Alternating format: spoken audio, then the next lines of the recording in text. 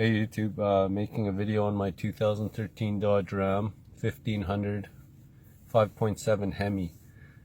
Getting a hard start in the mornings, mostly when it's cold or first start up. Turn the key on to the on position and then go to turn it on, and it takes a couple seconds before it starts up. Usually it would just fire up. So right away I figured it was a fuel issue and my engine light came on. So what I did was I ran a code reader on it, getting a P062A, which is telling me my fuel pump circuit A is low. Now that could mean anything from my fuel pump is going to the fuel pump control module, fuel rail, pressure sensor, could be wiring harness connection, something like that.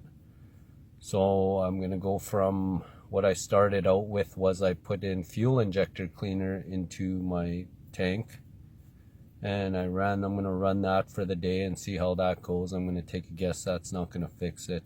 It's probably going to be something more serious. So I'll probably have to drop the tank. You have to drop the tank to get at the fuel pump control module. I'll make a video of that once I figure out what's going on and go from there.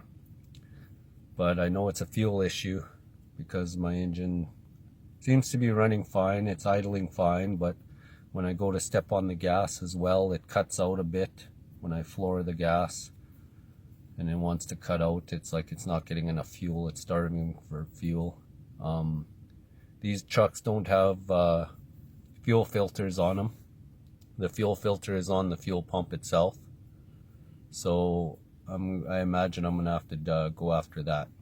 So watch for my next video. I'll let you know what's going on with that. If the fuel injector doesn't help it, I'm going to take a guess it doesn't, and then let you know what's happening. Thanks for watching.